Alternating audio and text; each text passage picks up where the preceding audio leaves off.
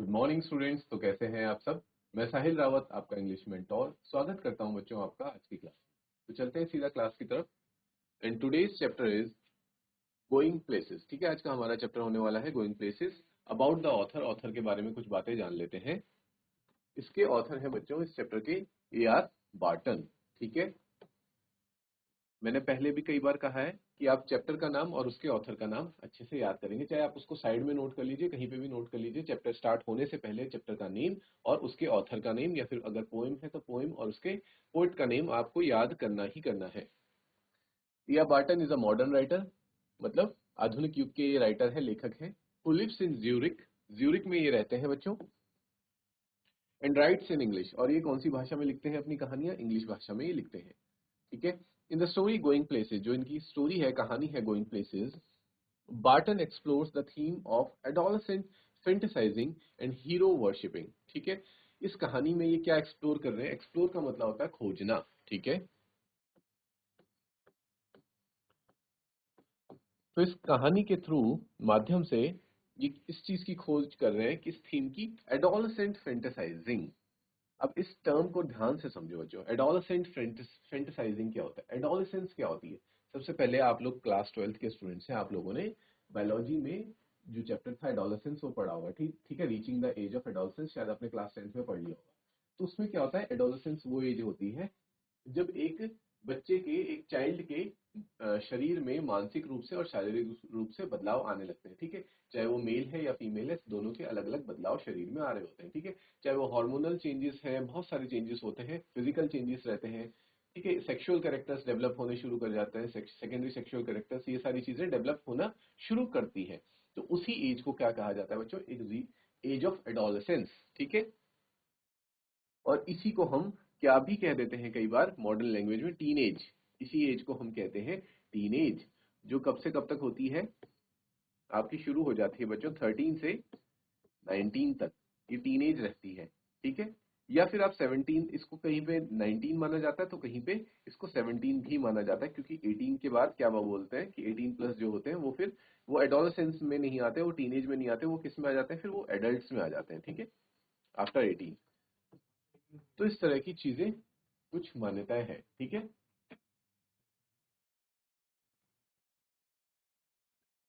ठीक है स्टूडेंट्स। तो एडोलसेंस आप समझ गए कि कौन सी एज की बात हो रही है? टीनेज की बात हो रही है। एडोलसेंट के साथ लगाया गया है फेंटिसाइजिंग।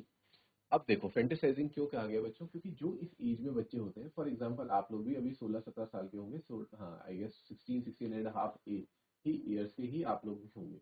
तो आपकी एज में जो हमारा मन होता है बच्चों, वो कैसा होता है? वो बहुत ज्यादा फेंटिसाइज करता है। फेंटिसाइज का मतलब होता है डे ड्रीमिंग करना। ठीक है, चीजों की कल्पनाएं करना, क्योंकि दिमाग इतना ज्यादा इमेजिनेटिव होता है इस वक्त। फेंटिसाइज करना मतलब इमेजिन करना। हम अपने ख्यालों में बहुत ज्यादा खोए रहते हैं। अब वो ख्याल किसी भी चीज के बारे में हो सकते हैं। ठीक है, मान लीजिए आपको किसी जगह पे जाना है, कोई जगह आपको बहुत पसंद है, तो आप ये सब इमेजिन करने लगते हैं कि मैं उस जगह पे पहुंच गया, मैं ऐसे एंजॉय कर रहा हूँ, या फिर वहां पे घूम रहा हूँ। ठीक है, या फिर कुछ भी आप इंजॉय इमेजिन कर सकते हैं। अगर आपको कोई चीज खाने में बहुत अच्छी लगती है, तो फिर आप उसको इमेजिन करने लग जाते हैं कि हाँ मैं इसको खा रहा हूँ, ये सारी चीजें हैं। तो ऐसी बहुत सारी चीजें, इमेजिनेशन हमारे दिमाग में इस एज में चलती रहती है। फेंटिसाइज करने लग जाते हैं हम। जो भी चीज हमें अच्छी लगती है ना, भले ही वो रियलिटी में हमारे पास ना हो, लेकिन हम उसको क्या करने लग जाते हैं? कल्पनाओं में सोचने लगते हैं कि हाँ ये चीज हमारे पास है, या फिर हम उस जगह पर पहुंच चुके हैं। ठीक है, इसी को कहते हैं बच्चों फेंटिसाइजिंग। तो जो हमारी कहानी होने वाली है वो एडोलसेंट फेंटेसाइजिंग में होने वाली है, कि कैसे एक टीनेज बच्चा चीजों को इमेजिन करता है, कल्पना करता है। ठीक है, and hero worship. Hero worship का मतलब होता है बच्चों, जैसे आप किसी भी व्यक्ति को अपना हीरो बना लेते हैं, एक अपना आइडियल बना लेते हैं, और वो आइडियल आप उसको इतनी तहे दिल से चाहने लगते हैं कि आप उसकी एक तरह से वर्शिपिंग करने लग जाते हैं, आप उसको, उसकी पूजा करने लग जाते हैं, आप उसको भगवान मानने लगते हैं अपना। ठीक है बच्चों, अब वो कुछ भी हो सकता है। वो हीरो कोई आपके केस में एक्टर भी हो सकता है, एक्टर या एक्ट्रेस हो सकती है। ठीक है, या फिर कोई स्पोर्ट्स पर्सन हो सकता है बच्चों। ठीक है, या फिर और क्या हो सकता है? कोई पॉलिटिशियन हो सकता है। It can be anything. ठीक है, कोई भी हो सकता है जिसे आप बहुत ज्यादा प्रेज करते हो, आइडियल मानते हो, उसकी आप वर्शिपिंग जब करने लग जाए, आप उसको बहुत ज्यादा पूजने लग जाए, बहुत ज्यादा ही मानने लग जाए, दिन रात उसके बारे में सोचने लगे, तो वो कहलाता है बच्चों हीरो वर्शिपिंग। ठीक है, तो ये जो कहानी होने वाली है वो हमारी इस थीम पे ही बेस्ड है कि एडोलेसेंट फैंटेसाइजिंग, कि कैसे एडोलेसेंट जो बच्चे होते हैं वो फैंटेसाइज करने लग जाते हैं, कल्पनाएं करने लग जाते हैं, और दूसरा हीरो वर्शिपिंग करना शुरू कर देते हैं, यानी कि जो कोई भी उनका हीरो या उनका आइडियल है तो उसको बहुत ज्यादा उसकी वर्शिपिंग काइंड ऑफ उसको पूजने लगते हैं। ठीक है बच्चों, तो इस बारे में हमारी जो ये कहानी है ये होने वाली है। यहाँ तक क्लियर है सभी को? बेसिक थीम समझ आ चुकी है कि किस बारे में हमारा जो ये चैप्टर है ये होने वाला है। ओके बच्चों, ठीक है।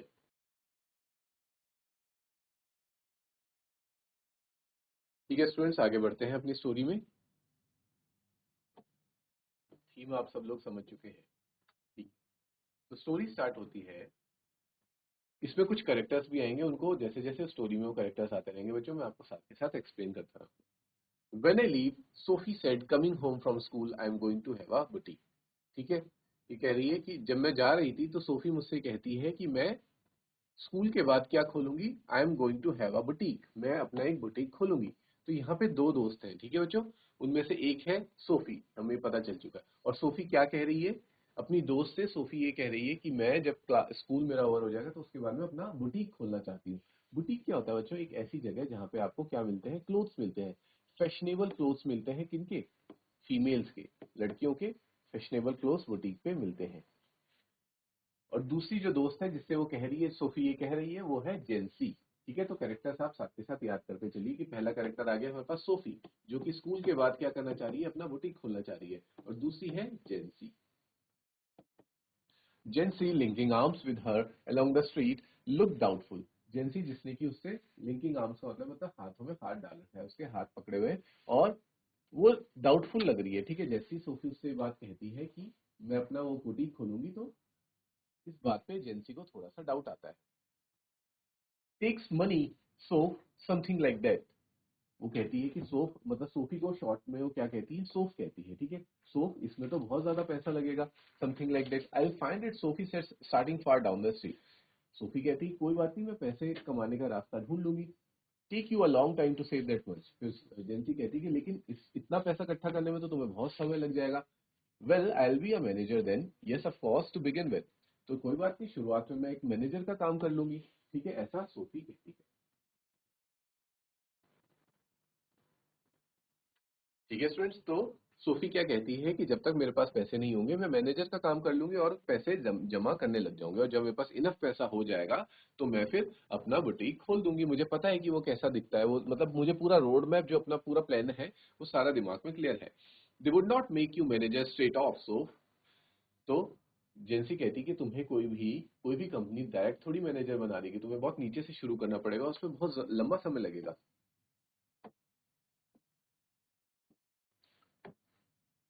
I will be like Mary Quant, Sophie said. I'll be natural. They'll see it from the start. I'll have the most amazing shop this city's ever seen. वो कोई मैरी क्वांट उनके सिटी में कोई person रही होगी जिसने कि क्या कहते हैं बच्चों, बुटीक के फील्ड में बहुत ज्यादा नाम कमाया होगा। तो कहती है कि मैं मैरी क्वांट की तरह बनूंगी। ठीक है, मैं हमेशा अपने कपड़ों को कैसे रखूंगी? नेचुरल रखूंगी। ठीक है, और लोगों को ये चीज शुरू से ही नजर आ जाएगी, और मेरी इस पूरे शहर में सबसे अमेजिंग शॉप होने वाली है। जेंसी, knowing they were both in mark for the biscuit factory, became melancholy. She wished Sophie would not see these things. जेंसी, जिसे कि ये लगता था कि यहाँ पे सोफी कैसी है बच्चों? सोफी बहुत ज्यादा डे ड्रीमिंग करने वाली, मतलब जो चीज पॉसिबल भी नहीं है, बहुत इम्पॉसिबल है करना, उसको भी करने की सोचती है कि हाँ ये भी मैं कर लूंगी, ये भी मैं कर लूंगी। इस तरह से है सोफी। और जेंसी जो है वो बहुत ही ज्यादा प्रैक्टिकल है, या फिर आप कह सकते हैं जिस हिसाब से जो सिचुएशन रहती है उसके अकॉर्डिंग ही वो सोचती है। तो जो जेंसी और सोफी जो है वो अभी कौन सी फैमिली से बिलोंग करते हैं? काफी आप कह सकते हैं पुअर या फिर मिडिल क्लास फैमिली से वो लोग बिलोंग करते हैं। और जेंसी को ये बात पता है कि हम लोग वहां तक नहीं पहुंच पाएंगे, हमारा जो फ्यूचर है ज्यादा से ज्यादा वो कहाँ तक ही पहुंचेंगे? हम बिस्किट फैक्ट्री तक ही पहुंच पाएंगे। और इसी के साथ वो थोड़ा सा उदास भी हो जाती है कि पुअर सोफी, यानी कि बेचारी सोफी कितने सारे ख्वाब देख रही है, कितने सारे ड्रीम्स देख रही है, लेकिन पता नहीं इसके ड्रीम्स पूरे हो भी पाएंगे या नहीं हो पाएंगे। ठीक है, when they reached Sophie's street, Jency said, it's only a few months away now, Sophie, you really should be sensible. जैसे ही वो सोफी के घर के पास पहुंचते हैं तो जेंसी बोलती कि सोफी अब कुछ ही महीने रह गए हैं, अब तुम्हें थोड़ा बहुत सेंसिबल हो जाना चाहिए। They don't pay well for shop work, you know that your dad would never allow it. इसमें थोड़े से महीने रह गए, उनके स्कूल को ओवर होने में थोड़ा सा ही टाइम रह गया। तो कहती है कि अब देखो जैसे ही स्कूल ओवर होगा तो तुम्हें काम पे लगना पड़ेगा। क्यों? क्योंकि जो तुम्हारे फादर है वो शॉप में वर्क करते हैं, वहां पे उतना ज्यादा पैसे नहीं मिलते हैं। और an actress, now there is real money in that, yes and I could maybe have the boutique on the side.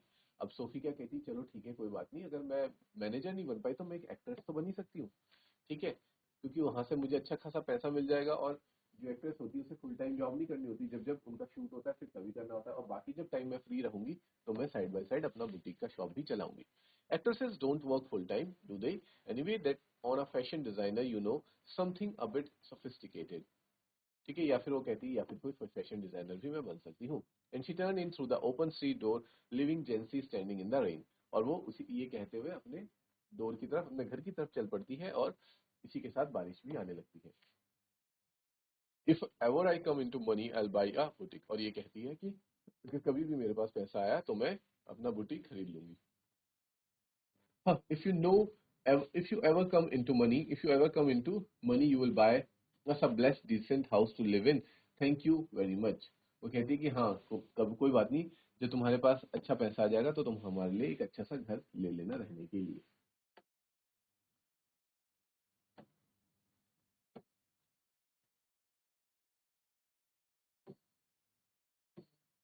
Sufi's father was scooping shepherd's pie into his mouth as hard as he could go, his plump face still grimy and sweat and marked from the day.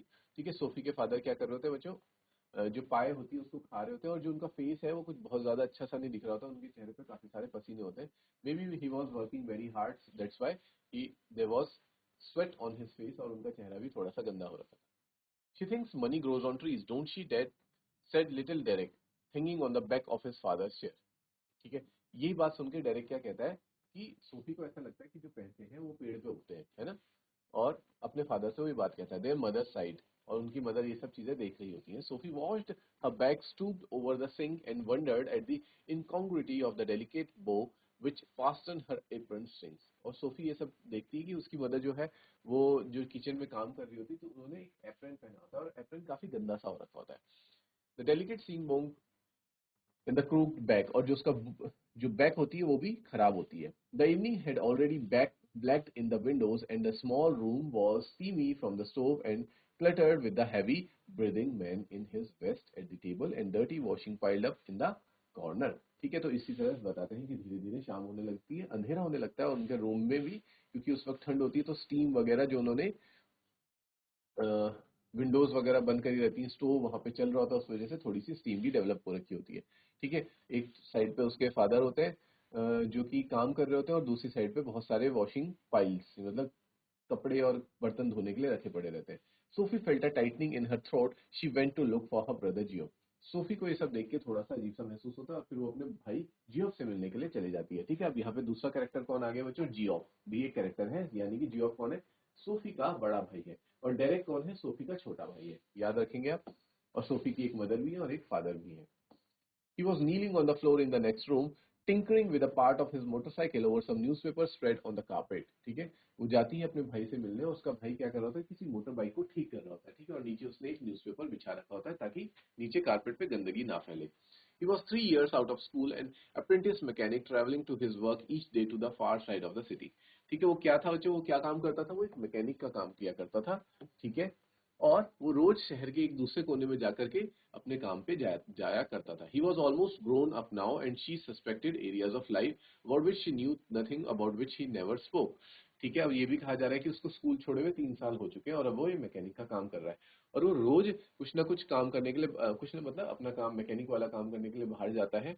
और उसने इतनी सारी चीजें देख ली हैं city की, जो कि सोफी भी सोचती कि काश मैं भी वो सारी चीजें देख पाती जो मेरा भाई रोज देखता है। लेकिन उसका भाई जियोफ उन सब चीजों के बारे में कभी भी किसी से बोलता नहीं है। ठीक है, जो जो चीजें उसने देखी है या फिर जितनी लाइफ वो देख चुका है वो ज्यादा डिस्कस नहीं करता है। He said little at all, वो बहुत कम बात करता है, एवर वॉलंटरीली, बहुत कम उसके मुंह से कभी शब्द बाहर निकलते हैं। Words had to be prized out of him like stone out of the ground. उसके मुंह से शब्दों को इस तरह से बाहर निकालना पड़ता है जैसे कि ग्राउंड को खोद करके पत्थर बाहर निकालने पड़ते हैं। She was jealous of his silence, और वो हमेशा से उसकी साइलेंस से जलती थी, क्योंकि सोफी कैसी थी, बहुत ज्यादा बड़बड़ करने वाली लड़की थी, और उसका भाई जो जियोफ था वो बहुत कम बोला करता था। When he was not speaking, it was as though he was away somewhere, out there in the world, in those places she had never been. Sophie को ऐसा लगता था जब उसका भाई बात नहीं करता था तो वो किसी दूसरी दुनिया में ही खोया रहता था या पहुंचा रहता था। और सोफी ये सब भी डे ड्रीम करती थी कि अभी मेरा भाई अगर बात नहीं कर रहा है तो किसी जगह के बारे में सोच रहा है, वो जगह कौन सी होगी। और हमेशा सोफी उन जगहों पे जाना चाहती थी जहां पे उसे लगता था कि मेरा भाई जिन जगहों के बारे में सोच रहा है। Whether they were only the outline districts of the city और places beyond in the surroundings country who knew. उसे लगता था कि पता नहीं मेरा भाई शायद डिस्ट्रिक्ट के आसपास की जो बाहर की जगह है उनके बारे में सोचा होगा, दूसरी कंट्रीज के बारे में सोचा होगा। They attained a special fascination simply because they were unknown to her and remain out of her reach. ये सारी चीजें उसके लिए कैसी थी? फैसिनेटिंग। फैसिनेटिंग मतलब बच्चों दिलचस्पी का एक कारण थी, ठीक है। उसका बहुत मन था उन जगहों पे जाने का। क्यों? क्योंकि वो जगह उसके लिए क्या थी? अननोन थी, वो आज तक उन जगहों पे नहीं गई थी। And she was very curious to visit those places and remained out of her reach. और ये सारी जगह उसकी रीच से बाहर थी, वहां तक उसका दायरा नहीं था, वो वहां तक नहीं जा पाती थी जहां तक उसका भाई जाता था। ठीक है बच्चों, क्लियर है इतना? ओके स्टूडेंट्स, आगे देखते हैं।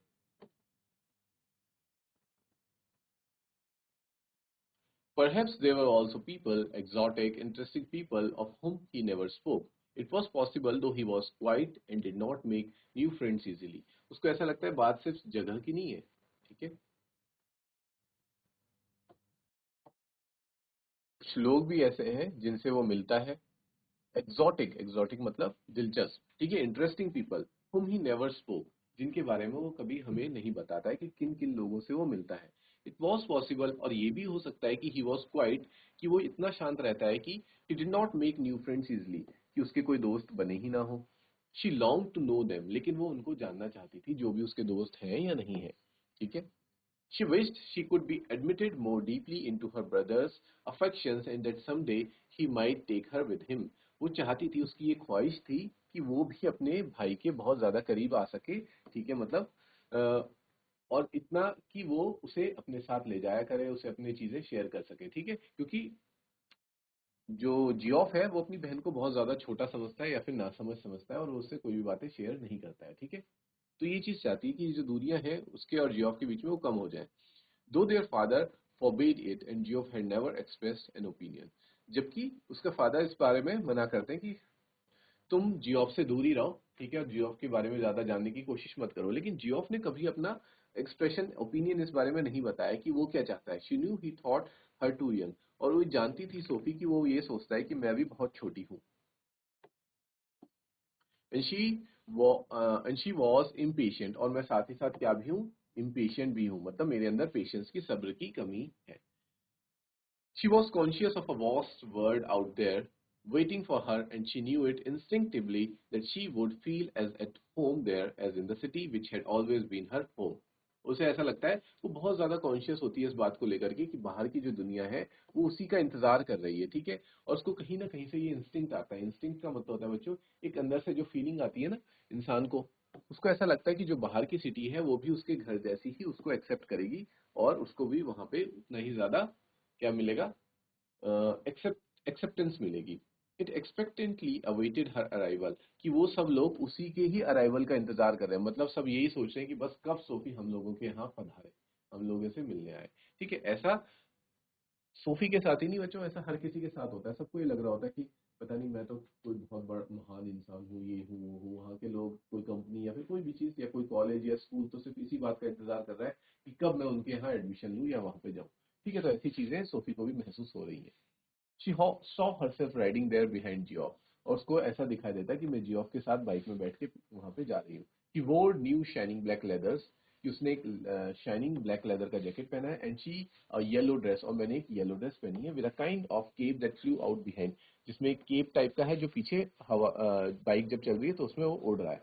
There was the sound of applause as the world rose to greet them, और उसे ऐसा लग रहा है जैसे ही हम उस जगह पे एंटर करते हैं तो सब लोग क्या कर रहे हैं? अप्लॉज, तालियां बजा के हमारा स्वागत कर रहे हैं। He said, frowning at the oily component he cradled in his hands as though it were a small dumb animal and he was willing it to speak. ठीक है। फिर वो बताती है आगे कि फिर मैं अपने भाई की तरफ देखती हूँ और वो अपना काम कर रहा होता है, और फिर वो अपने भाई से कहती है कि I met Danny Casey, Sophie said.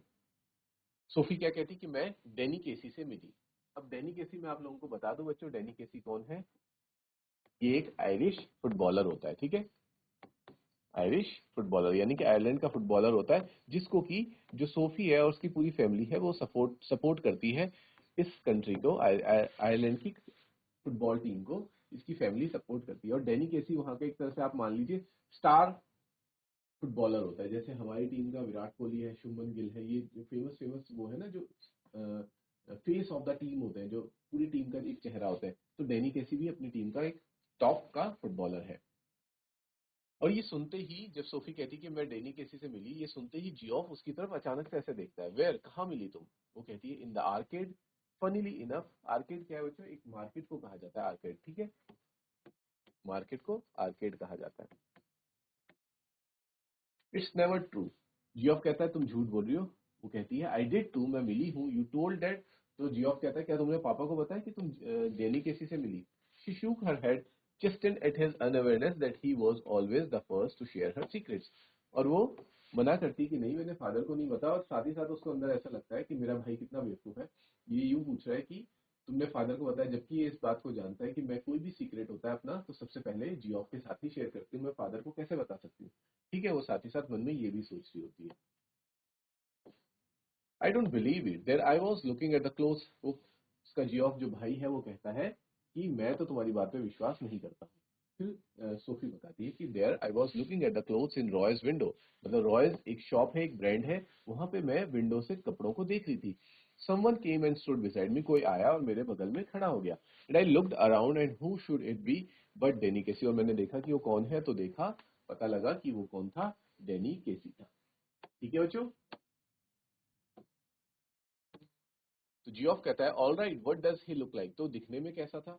Geoff पूछता है oh come on, you know what he looks like. तो सोफी कहती है कि अरे रहने भी दो, तुम्हें पता है कि डेनी केसी कैसा दिखता है।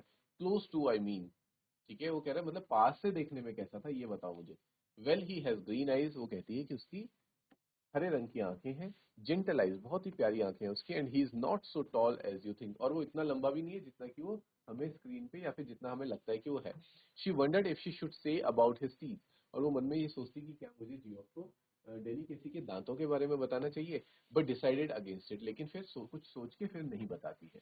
ठीक है, उसके दांतों के बारे में इसलिए बच्चों क्योंकि जो डेनी केसी होता है उसके दांतों के बीच में थोड़ा सा गैप रहता है, ठीक है, इसलिए वो उसके बारे में नहीं बताती। वो सिर्फ उसकी अच्छी अच्छी जो बातें हैं वही बताना चाहती थी। The father had washed when he came in, and his face, arms were shiny and pink, and he smelled of soap. ठीक है, उसके फादर तब तक नहा धो के आ चुके होते हैं और उनका फेस अब थोड़ा सा, जो कि पहले बहुत गंदा लग रहा था, अब थोड़ा सा साफ सुथरा लग रहा होता है और उससे सोप की स्मेल आ रही होती है। He switched on the television, tossed one of little Derek's shoes from his chair onto the sofa and sat down with a grunt. ठीक है, वो टेलीविजन ऑन करते हैं, डेरिक का शूज सोफे पे पड़ा होता है, उसको फेंकते हैं एक साइड पे और आराम से बैठ जाते हैं। ठीक है। सोफी मेट डेनी कैसी, जियोफ सेड। और जियोफ अपने फादर से ये बोल देता है कि फादर आज सोफी डेनी कैसी से मिली।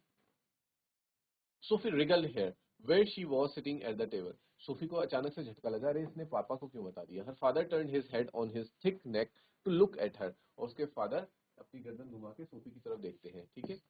His expression was one of disdain. उसके फादर का भी एक्सप्रेशन कैसा होता है जैसा कि जियोफ का एक्सप्रेशन था। वो दोनों ही उसकी बातों पे बिलीव नहीं करते कि ये डेनी केसी से कैसे मिल सकती है। ठीक है बच्चों, यहाँ तक आपको कहानी क्लियर है? ओके स्टूडेंट्स, आगे बढ़ते हैं। It's true, Geoff said. फिर जियोफ ये कहता है कि नहीं ये सच है, ये सच में उससे मिली है, मैं मजाक नहीं कर रहा हूँ। I once knew a man who had known Tom Finney, his father said reverently to the television, but that was a long time ago. उसके फादर क्या कहते हैं कि मैं एक वक्त पे ऐसे ही किसी स्टार फुटबॉलर से मिला था जिसका नाम था टॉम फिनी। ठीक है, वो ऐसा इसलिए बताते हैं क्योंकि उनकी बेटी डेनी केसी से मिलने का दावा करती है, तो वो भी एक दावा करते हैं कि मैं भी मिला था ऐसे तो टॉम फिनी से। ठीक है, और टेलीविजन की तरफ देख के ये बात कहते हैं, पर ये बहुत लंबे समय पहले की बात है। You told us, Geoff said. Geoff कहता है कि पापा आप हमें ये बात पहले भी बता चुके हैं। किसी might be that good someday. और साथ ही साथ वो कहता है कि शायद जो डेनी केसी है वो भी एक दिन, जब वो थोड़ा सा और मेच्योर प्लेयर बन जाएगा तो वो भी टिम टॉम फिनी जितना अच्छा प्लेयर बन जाएगा। Better than that even, he is the best. वो कहता है कि शायद उससे भी बेटर बन जाए, उससे भी अच्छा बन जाए, ही इज द बेस्ट, इससे ये सबसे बेस्ट फुटबॉल प्लेयर है। If he keeps his head on his shoulders, if they look after him properly, a lot of distractions for a youngster in the game these days।